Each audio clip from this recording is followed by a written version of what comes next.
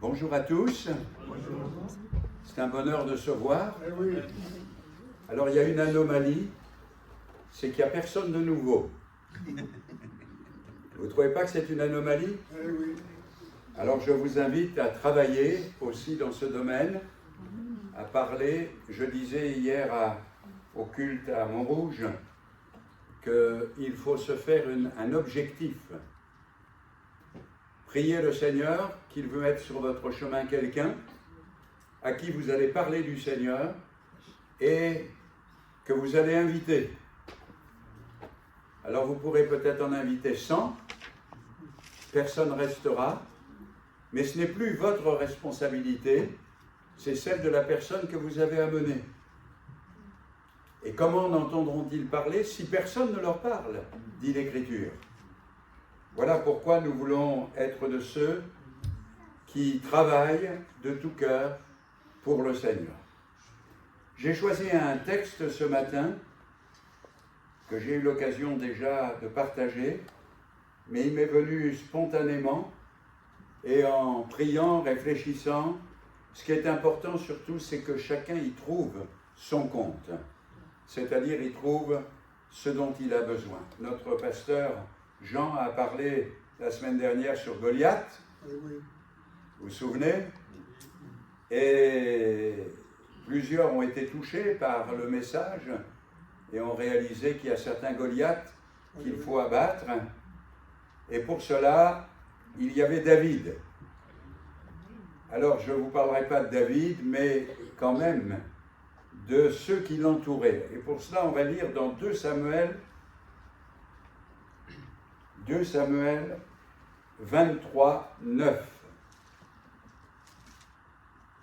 Après lui, Éléazar, fils de Dodo, fils d'Akoki, il était l'un des 3 vaillants hommes qui affrontèrent avec David les Philistins rassemblés pour combattre, tandis que les hommes d'Israël se retiraient sur les hauteurs.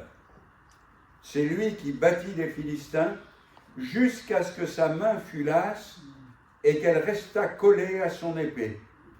L'Éternel opéra une grande délivrance ce jour-là. Les hommes ne revinrent derrière Éléazar que pour dépouiller les cadavres. Amen. Bien-aimé Seigneur, qui est suffisant pour parler de ces choses, mais nous tournons nos regards vers toi et nous réclamons l'action de ton esprit. Que le Saint-Esprit soit à l'œuvre sur ton serviteur, sur ta parole et sur l'auditoire. Nous te confions ces moments. Dans le nom précieux de Jésus, toute la gloire. Amen. J'ai intitulé mon message « Responsable pour soi-même ». Responsable pour soi-même. On ne peut pas, comme je le disais tout à l'heure, être responsable pour les autres, mais on est responsable pour nous-mêmes. Dans la vie chrétienne, il y a une grande différence, je ne sais pas si vous l'avez remarqué, entre la pratique et la théorie. Une grande différence entre ce que nous disons et ce que nous faisons. Une grande différence, parfois, entre nos prières et la réalité. J'ai toujours une petite anecdote à ce sujet, une anecdote d'un fiancé qui écrivait à sa chérie, à sa fiancée. Et vous savez, quand on est amoureux, on n'a pas besoin de nous dicter les mots, ils viennent tout seuls. Et ce jeune homme écrivait donc à sa fiancée, « Pour toi, je traverserai les océans, je monterai sur les montagnes les plus élevées, je descendrai dans les vallées les plus profondes. Pour toi, je ferai les choses. » Et puis, vous savez, quand on est parti comme ça, on ne s'arrête plus. Et puis, il termine sa lettre et il met un petit PS, post-scriptum. « S'il ne pleut pas demain, j'irai te chercher à ton travail. »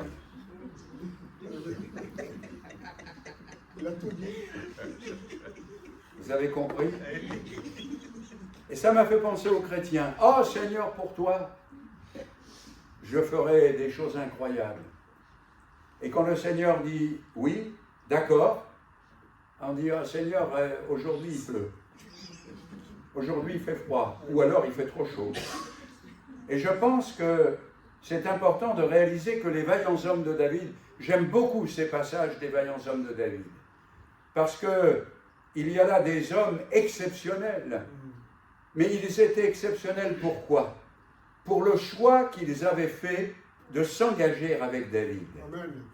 Ils sont devenus des héros parce qu'ils se sont engagés avec David. Ces temps-ci, je ne sais pas si vous avez Facebook et que vous regardez un petit peu, mais il y a une rubrique qui m'intéresse beaucoup, c'est les armées de Napoléon.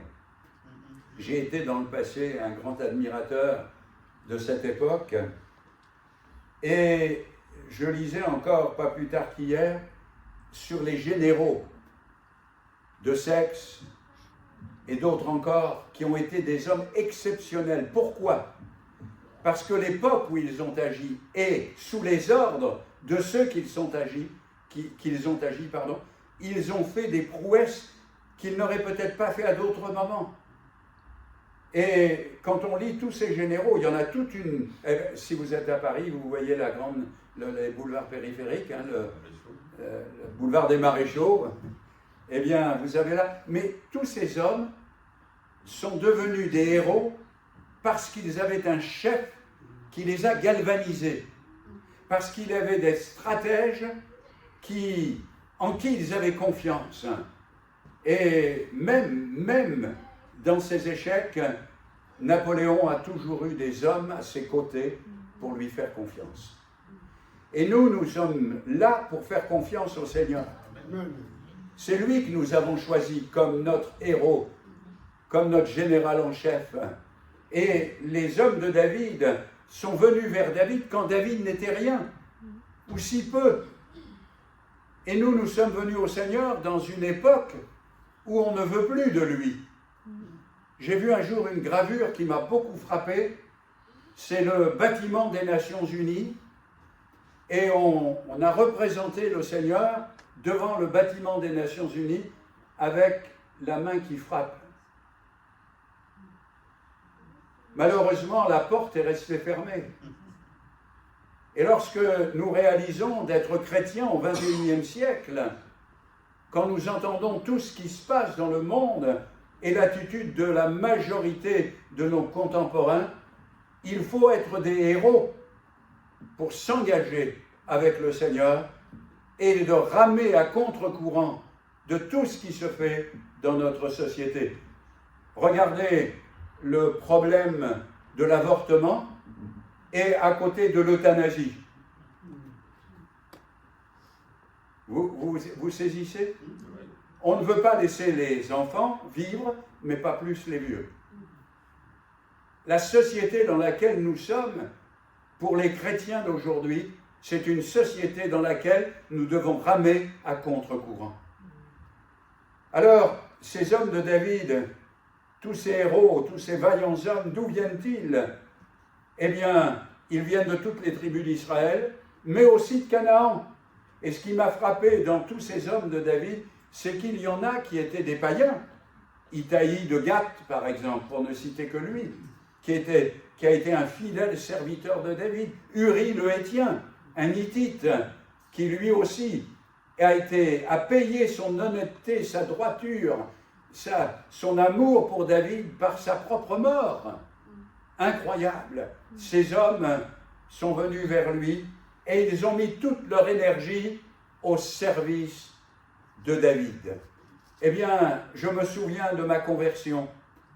Lorsque j'ai dit au Seigneur une chose, une seule, je ne suis pas capable, je suis un pauvre type. Mais il y a une chose que je vais dire, c'est que toute l'énergie que j'ai mise dans le monde, pour ce qui était négatif, pour ce qui était mauvais, pour ce qui n'avait aucune valeur, toute cette énergie, je vais la mettre maintenant au service de celui qui m'a sauvé. Un chrétien, c'est quelqu'un qui est au service, pas à moitié, mais entièrement. Et une parole d'un de ces officiers de David qui criera à un moment donné, « Nous sommes à toi, David !» Nous sommes à toi, à personne d'autre.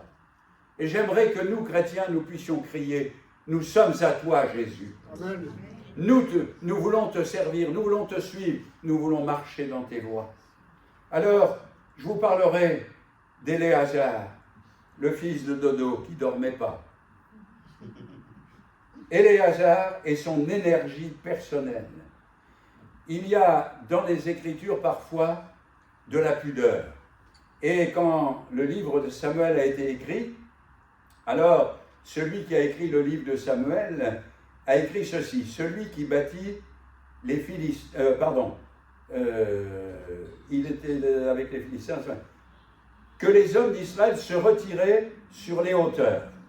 C'est-à-dire que pendant que les hommes d'Israël se retiraient sur les hauteurs, lui, Éléazar, s'est tenu personnellement avec un autre et avec David pour défendre le champ dans lequel il se trouvait.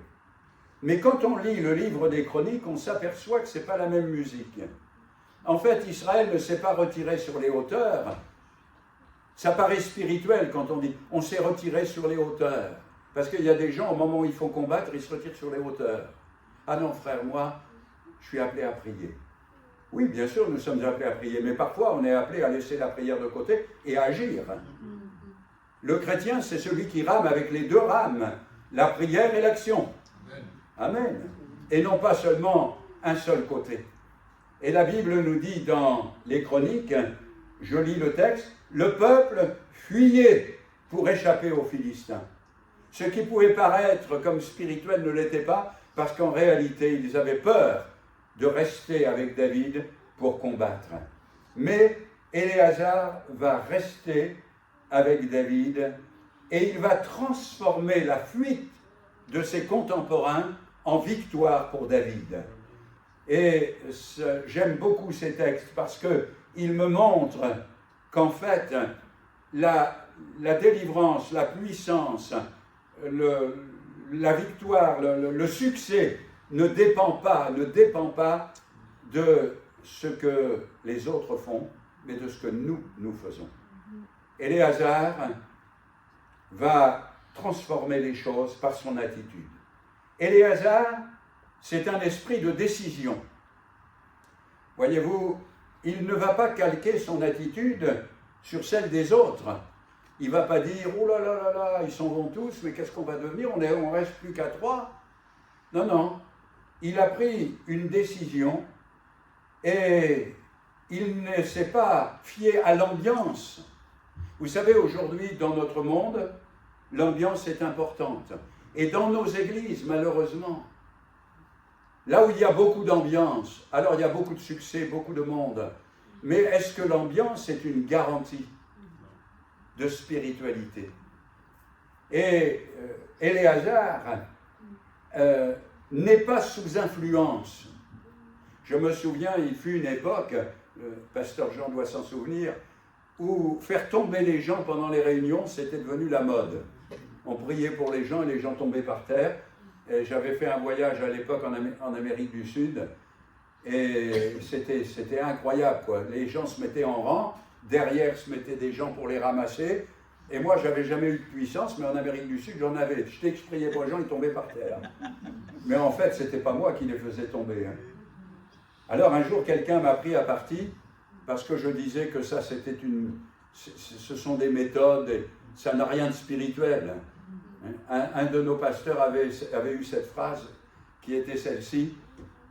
On lui posait la question, monsieur, pasteur, est-ce que vous pensez que c'est spirituel quand les gens tombent comme ça? Alors il avait répondu, si Dieu les fait tomber, ils tombent sur leur face. Si c'est le diable, ils tombent sur leurs fesses. Et c'est vrai que c'était une mode, il y a eu des modes, vous savez, dans notre mouvement, incroyables. Et alors, donc, une personne m'avait pris à partie et m'a dit, mais vous aussi, vous allez tomber. Et j'ai dit, non, moi je ne tomberai pas. Je ne tomberai que si le Saint-Esprit me pousse à tomber.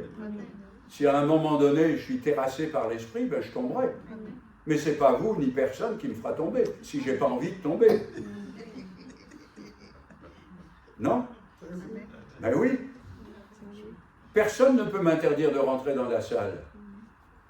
Si moi je décide d'y rentrer, j'y rentrerai. Ah, faut que je vous dise ça. Faut que je vous dise ça. J'ai connu mon épouse, elle avait 16 ans. Elle était pupille de la nation et moi j'étais militaire en Allemagne. Alors j'ai été appelé quand on a su que je fréquentais cette jeune fille, la ville dans laquelle j'étais, comme on dirait aujourd'hui pour l'enfance, vous savez, la protection de l'enfance, m'ont convoqué pour m'expliquer, me parler. Alors je suis allé, bien sûr, et puis on a discuté, j'ai expliqué, j'ai dit voilà, je suis amoureux de cette jeune fille, et je suis un homme sérieux. Ils m'ont demandé des certificats de mon travail, de ma scolarité, etc. Et puis on a terminé, ils étaient très gentils, ils m'ont dit bon bien, on va réfléchir sur la suite à donner. Alors j'aurais dit ceci, que vous soyez d'accord ou pas, je l'épouserai. Et l'année prochaine, ça fera 60 ans. Amen. Oui, c'est comme ça que ça fonctionne. Je dis, vous voulez m'empêcher, bon, vous n'êtes peut-être pas d'accord, c'est votre droit. Mais moi et ma maison, disait Josué, nous servirons l'Éternel. Il a dit moi d'abord parce qu'il était le chef de famille. Et moi je pense que son épouse et les enfants ont dit comme lui. Moi et ma maison, nous servirons l'Éternel. Vous faites, vous, ce que bon vous semble, mais moi, je me sens personnellement responsable. Alors ce que je suis dépend de ma relation avec Dieu. Le chrétien a une responsabilité personnelle. Troisièmement, Éléazar est responsable, c'est pour ça qu'il agit. Parce que, imaginez, vous vous souvenez du scandale du sang contaminé, de quelqu'un, d'un des ministres qui a dit responsable, mais pas coupable. Et ça avait fait de grosses polémiques, si vous vous en souvenez. Moi, je pense que quand on est responsable, on est coupable. Même si on n'a pas agi en conséquence, à partir du moment où on est le responsable, on démissionne. On ne peut pas être responsable et ne pas agir. Et voilà pourquoi Éléazar s'est tenu à côté de David, et quand il s'est trouvé là, ils se sont trouvés à trois, il a sorti son épée et il a dit « Moi, je suis avec toi, David, mais je ne suis pas avec toi en esprit. » Vous savez, il y a des chrétiens, quelquefois, qui me disent « Pasteur, on est avec vous en esprit. » C'est très gentil. Et je leur pose la question, est-ce que vous mangez aussi en esprit? Parce que si vous mangez en esprit, vous allez maigrir. Hein? Non, on mange en réalité. Et on est avec le pasteur physiquement, en réalité. Alors on n'est pas toujours d'accord avec lui. Mais une chose que l'on sait, moi je suis sûr que tous les hommes de David n'ont pas toujours été d'accord avec lui. Mais ils avaient choisi de le servir et ils y ont été jusqu'au bout. Alors les voilà tous les trois dans ce chant. Et puis ce qui m'a frappé, c'est que l'action d'Éléazar, eh bien, il ne polémique pas. Il ne dit pas, vous vous rendez compte comment les autres sont partis en courant, vous vous rendez compte qu'on est resté qu'à trois, vous vous rendez compte de la situation.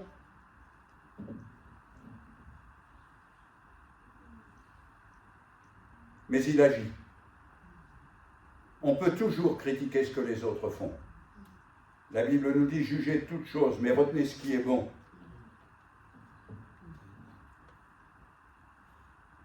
Imaginez si Abraham avait dit à ses serviteurs, quand ils étaient en cours de route, même avant de partir de la maison, qu'il allait sacrifier son fils. Mais moi je vous dis, ce qui serait passé, c'est qu'il l'aurait attaché pour pas qu'il y aille. Mais Abraham n'a rien dit à personne, parce qu'il savait qu'on ne pouvait pas comprendre. Sacrifier son propre fils, c'était pas possible, c'était pas pensable. Et en cours de route, il n'a même pas dit à Isaac, quand Isaac a posé la question, mais mon père, je vois le feu et le couteau, mais où est l'agneau? Dieu se pourvoira lui-même. Voyez-vous, l'action, c'est quelque chose qui nous qui nous intéresse personnellement. Les autres font ce qu'ils veulent, mais nous voulons servir le Seigneur. Et il y a un exemple flagrant, c'est Luther. Vous connaissez Luther, le grand réformateur. Un jour qu'il lisait l'Épître aux Romains, ça l'a interpellé, avec le salut, non pas par les œuvres, mais le salut par grâce. Alors il s'en est ouvert à son collègue qui était dans la même cellule que lui, dans le cloître où ils étaient, et il lui a ouvert son cœur, il lui a dit voilà ce que j'ai trouvé dans l'Épître aux Romains. Alors son coreligionnaire lui a dit ceci: mon frère, retourne dans ta cellule, garde tes pensées pour toi et n'engendre pas de tumulte. Heureusement que Luther n'a pas écouté.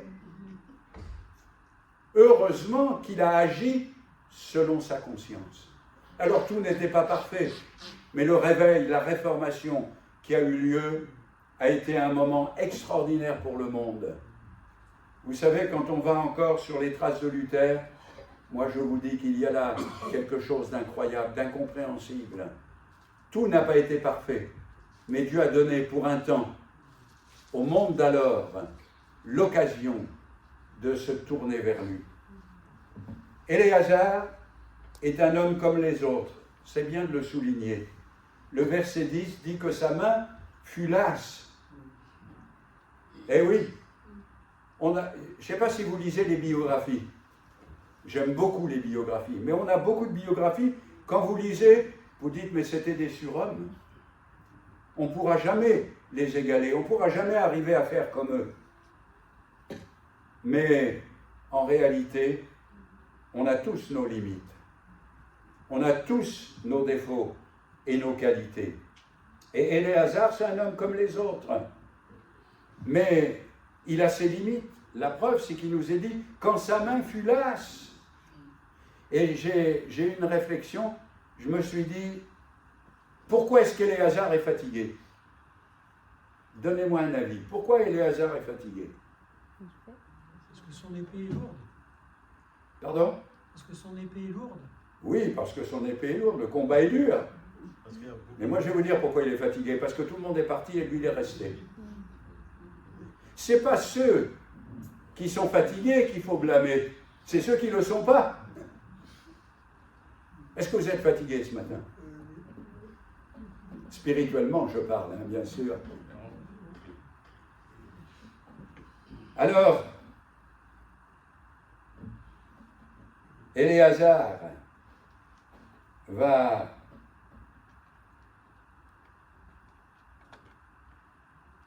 être fatigué, mais une dernière remarque, il va être fatigué après avoir fait ce qu'il doit faire.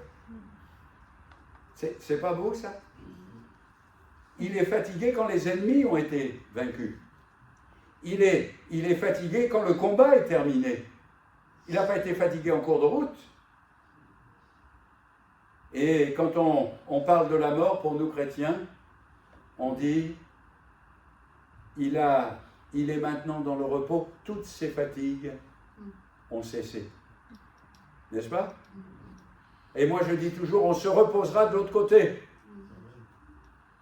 Il y a deux amen. Alors je le répète, hein. On se reposera de l'autre côté. Amen. Ah, vous m'avez fait peur. Hein. Éléazar, cinquièmement, je termine. Son zèle et son énergie sont extraordinaires. La Bible nous fait remarquer que la main restait attachée à son épée. Eh bien, j'ai lu une histoire qui est vraie, du temps des corsaires. Il y avait un abordage, et vous savez que les corsaires avaient une technique, c'est que quand ils montaient à l'abordage d'un bateau, ils coulaient le leur. C'est-à-dire que la façon de combattre, c'était pas de retour en arrière. On coule le bateau sur lequel on est pour prendre celui que l'on a décidé de prendre. Et donc on coule. Donc les corsaires, c'est ça qui faisait toute la différence avec les autres équipages, c'est que pour eux, il n'y avait pas de retour en arrière. On ne pouvait aller qu'en avant. c'est-à-dire vaincre. Et il est arrivé qu'un corsaire a tellement serré la main sur son épée qu'il a fallu l'opérer pour lui ouvrir la main. C'est une histoire que vous pouvez lire, c'est une réalité qui s'est produite à l'époque où il y avait Surcouf, les corsaires, Saint-Malo et toute l'histoire. Alors, moi je dis, si nous chrétiens, nous tenons l'épée de la parole de cette manière, si nous tenons l'épée de l'esprit de cette manière, si nous avons du zèle pour Dieu, ne lâchez jamais, mais que votre main se tétanise sur l'épée de l'esprit, comme le dit la parole. Et puis, je fais une autre remarque, sixièmement, c'est que la victoire d'Éléazar, ce n'est pas sa victoire, c'est celle de Dieu. Si vous avez bien lu le texte avec moi, je vais vous le répéter, le texte dit ceci: ce jour-là, l'Éternel opéra une grande délivrance. Il n'est pas dit Éléazar opéra une grande délivrance, mais la victoire, c'est celle que Dieu donne. Nous ne sommes rien, nous sommes faibles, nous n'avons que des misères, mais le Seigneur est capable de faire de grandes choses. Je racontais l'histoire hier à Montrouge de ma boulangère quand j'habitais sur Reims. On était dans un quartier, c'était les quartiers traditionnels, les gens nous connaissaient. Et j'avais l'habitude d'aller chercher mon pain au même endroit. Souvent, c'est moi qui y allais. Et je parlais avec la dame. « Comment allez-vous? Il fait beau, il pleut, etc. » Toujours un petit mot. Puis un jour, je suis arrivé, la dame n'était plus là. Alors j'ai posé la question, je dis, mais où est notre boulangère? Elle se meurt d'un cancer généralisé à l'hôpital. En réalité, elle avait un cancer du foie. Alors je dis, je vais aller la visiter. Je dis à son mari, je vais aller la visiter. Et je suis allé à l'hôpital. Elle était dans une chambre seule et je suis arrivé et j'ai parlé avec elle, j'ai parlé du Seigneur, de la grâce de Dieu pour sa vie. Et à ce moment-là, elle a commencé à vomir, en fait, le foie. Je ne peux pas vous expliquer, mais l'odeur, j'ai dit, je vais me trouver mal moi-même. Et il y avait sur la table de nuit un haricot, j'ai attrapé le haricot, j'ai sonné les infirmières, et quand les infirmières sont venues, elle m'a dit, mais monsieur, c'est le foie qui maintenant se désintègre.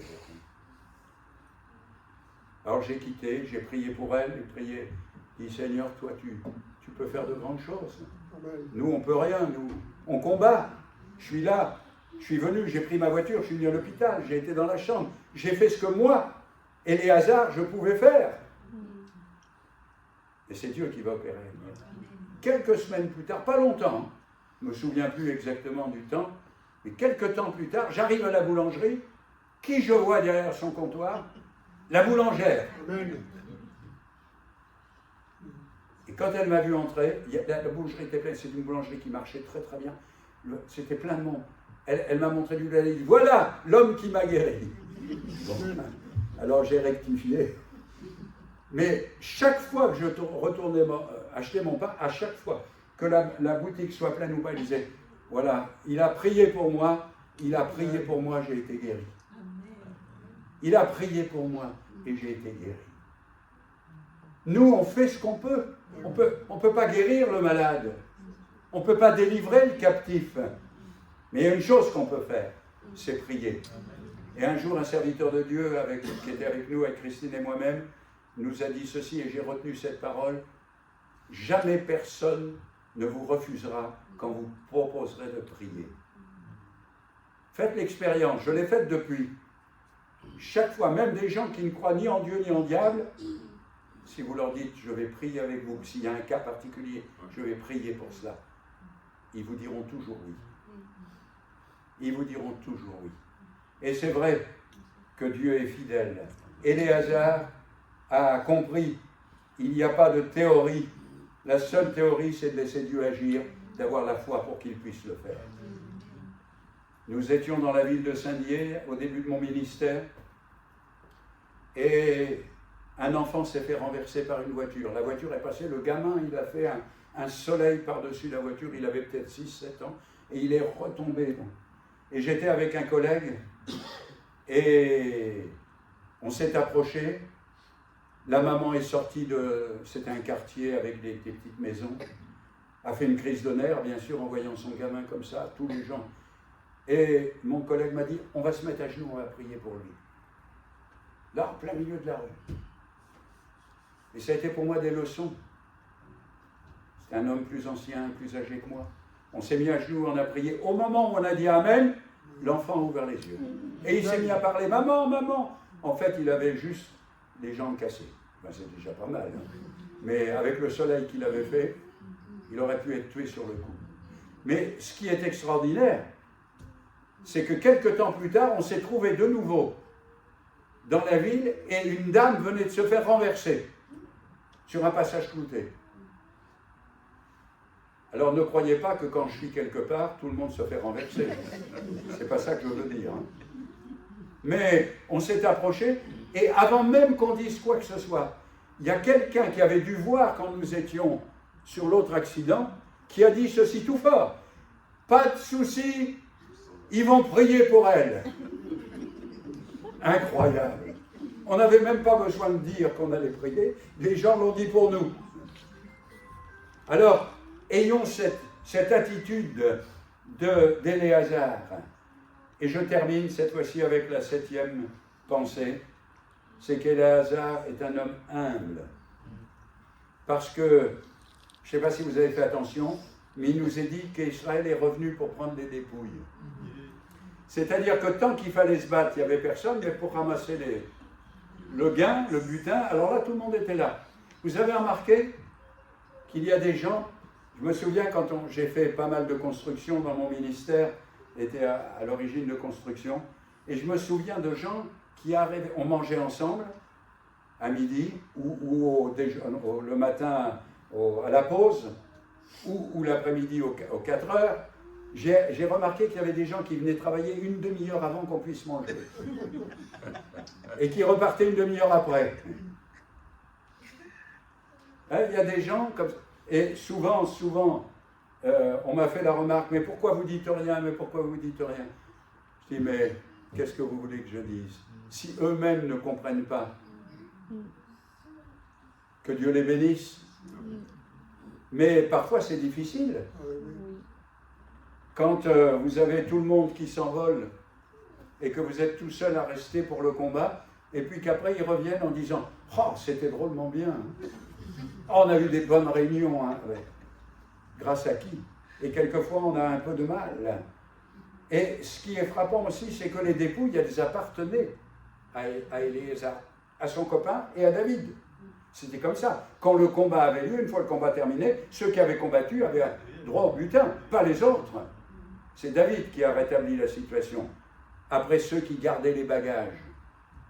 Les autres, l'armée a dit « Ah non, non, non, ceux qui gardent les bagages, ils n'auront droit à rien. » Et David a dit « Si. » Vous voyez, c'est ce côté extraordinaire. Et frères et sœurs, quand vous travaillez pour Dieu, si vous voyez à côté des gens qui n'ont pas ce zèle, qui n'ont pas...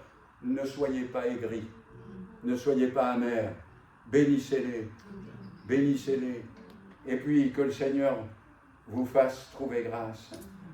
Ah, moi je dis, Christ a vaincu toutes les puissances. En tant que chrétiens, nous ne devons pas avoir peur de la mort et de ce qui peut nous arriver.